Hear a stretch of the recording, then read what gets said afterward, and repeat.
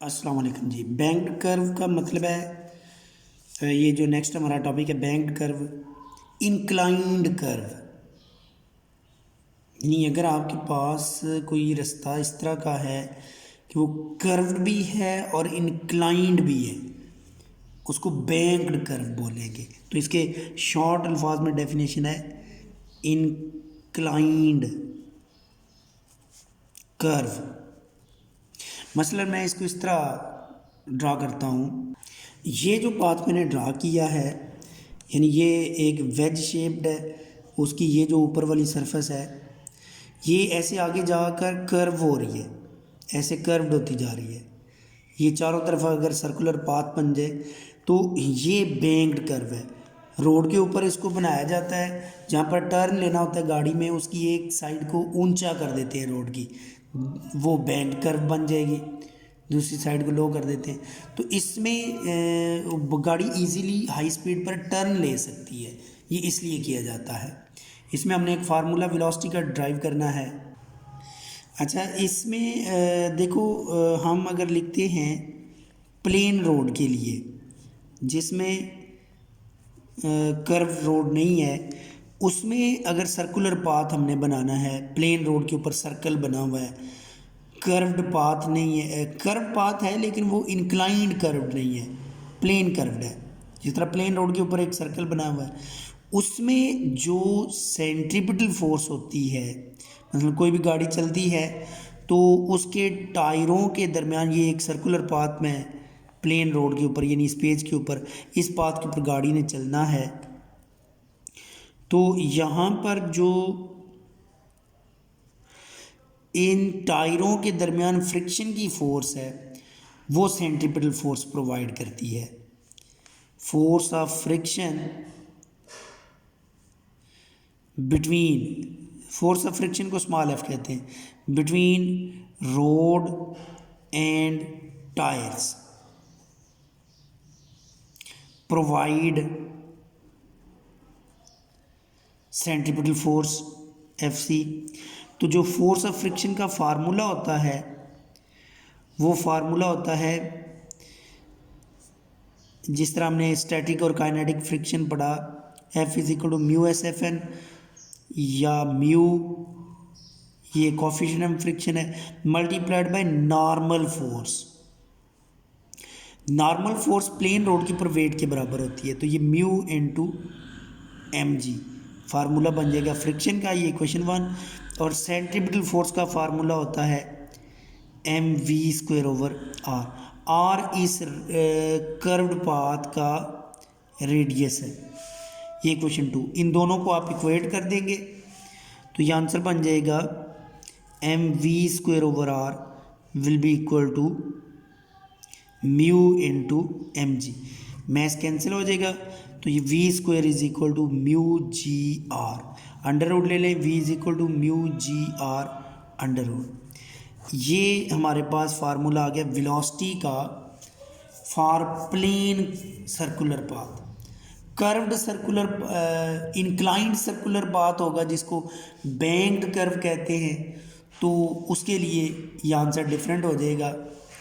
उसमें जो different answer आना है, यानी इस पाथ के लिए हम अगर कैलकुलेशन करते हैं तो इसके लिए भाई, ये मैंने एक इंक्लाइंड कर्व पाथ बनाया, इसके ऊपर गाड़ी एक चल रही है, तो यहाँ पर इसका जो वेट है, वेट एम जी, वो तो डाउनवर्ड होगा, ये एंगल थीटा है। इसके अगर दो कंपोनेंट्स बनाए जाएं वेट के, तो एक कंपोनेंट यहाँ से इस तरफ होगा और दूसरा कंपोनेंट ये वाला होगा। अगर ये एम जी था, ये एंगल थीटा इसमें होगा, अगर ये थीटा है तो ये भी थीटा होगा। Angle between two lines equal to angle between their perpendiculars की फार्मूले के तहत, तो थीटा के सामने वाली साइड वाई कंपोनेंट होता है, ये बन जाएगा एम जी साइन थीटा, और ये वाला जो कंपोनेंट है ये बन जाएगा एम जी कॉस थीटा। देखो, जो एम जी साइन थीटा इस तरफ फोर्स लग रही है गाड़ी के ऊपर इस तरफ, ये वो फोर्स है जो सेंटर ऑफ सर्कल की तरफ जा रही है। देखो, ये ऐसे सर्कुलर पाथ बनना है इस गाड़ी का, तो ये वो फोर्स है जो इसको सेंटर ऑफ सर्कल की तरफ रखती है। इस फोर्स का नाम है mg साइन थीटा।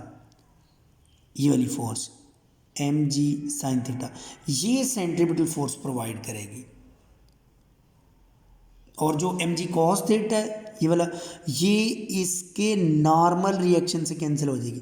यहाँ पर जो फोर्स लगती है ना नॉर्मल रिएक्शन, उसको एन फर्स्ट करो मैं कह देता हूँ, तो ये नॉर्मल रिएक्शन और mg कॉस थीटा एक दूसरे को कैंसिल कर देंगे। और ये जो mg साइन थीटा वाली फोर्स है ये वो फोर्स होगी जो इसको सेंट्रीपिटल फोर्स प्रोवाइड कर रही है। तो इसमें हम यही लिखेंगे।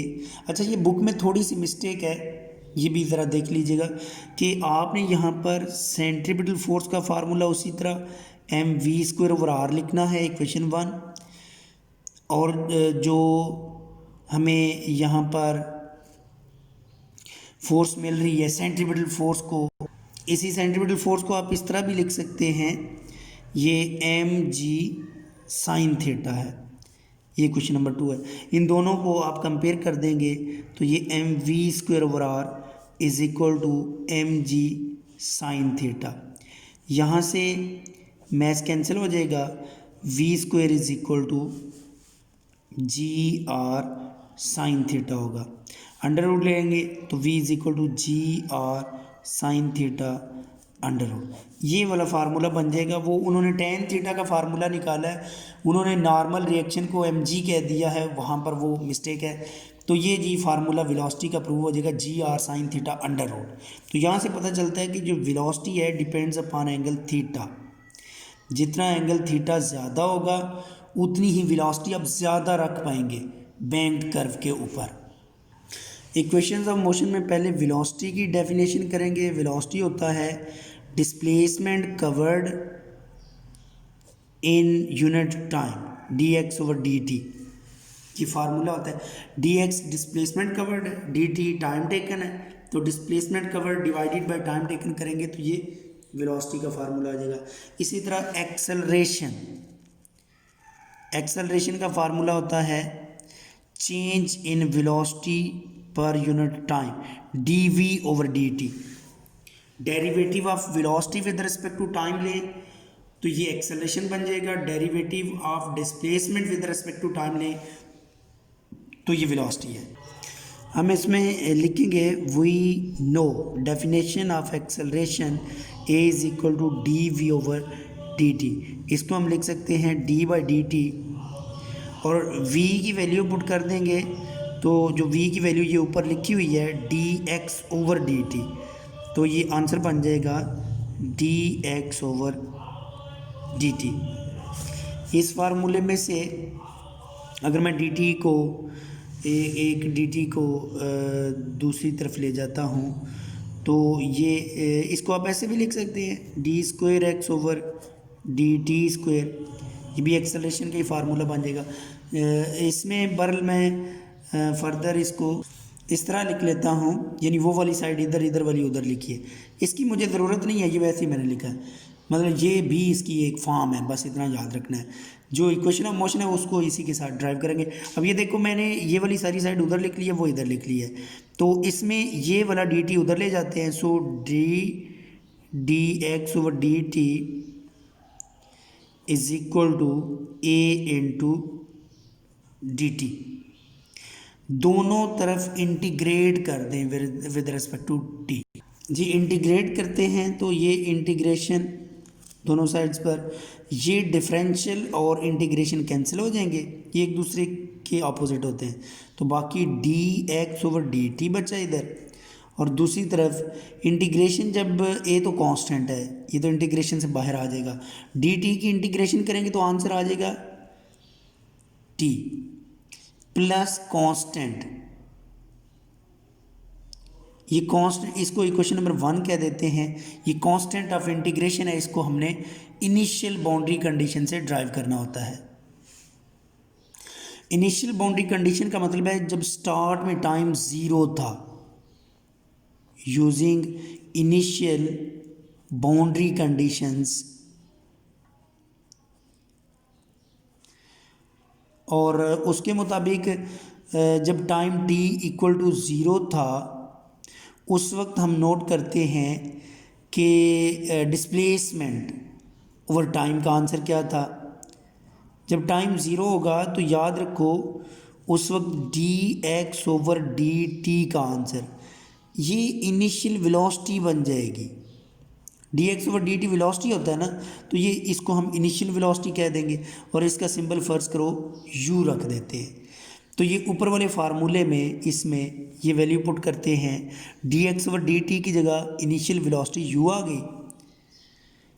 और देखो जब टाइम ज़ीरो है तो ये वेलोसिटी इनिशियली होगी ना, उसका सिंबल मैंने यू रख दिया, इज इक्वल टू आगे आ गया ए और टी की जगह zero plus constant of integration, इसका कोई भी सिंबल रख सकते हैं। तो ये कांस्टेंट का आंसर आ गया हमारे पास u।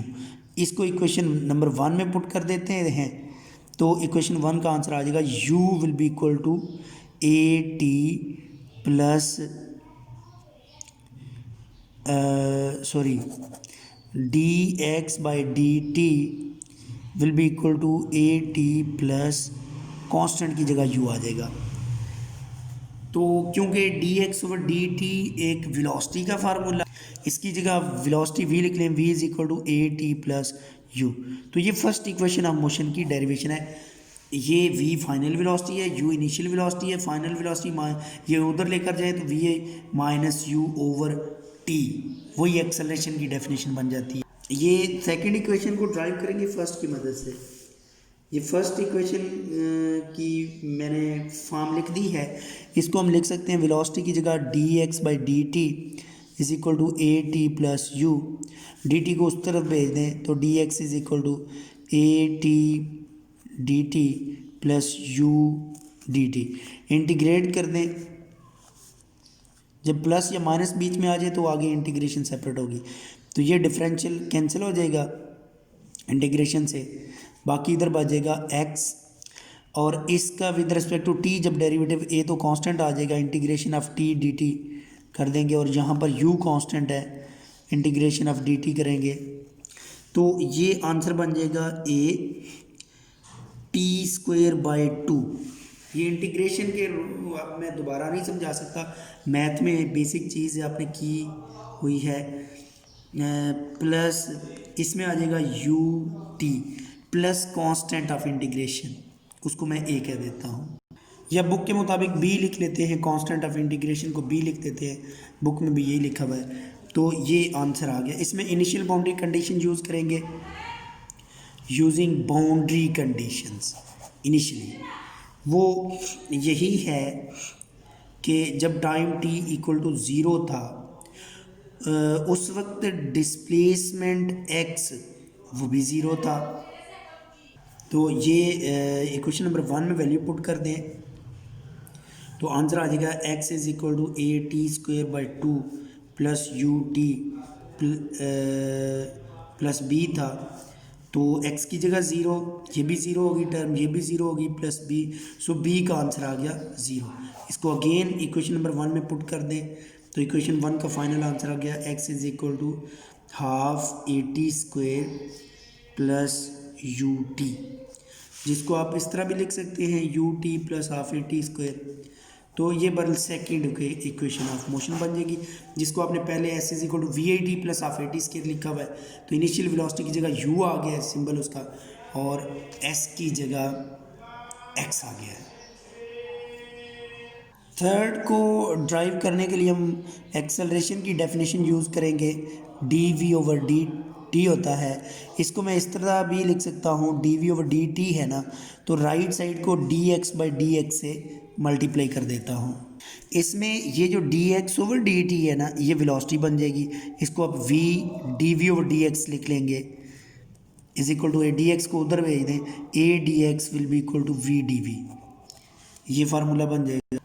फिर इसको इंटीग्रेट कर देते हैं दोनों तरफ, तो ये ए एक्स बन जाएगी इंटीग्रेशन, इधर A X is equal to इधर बन जाएगा V square over two plus constant of integration, और अब कांस्टेंट ऑफ इंटीग्रेशन को सी का सिंबल बुक में दिया हुआ है, मैं इसको इक्वेशन नंबर 1 कह देता हूँ using boundary conditions to calculate constant C.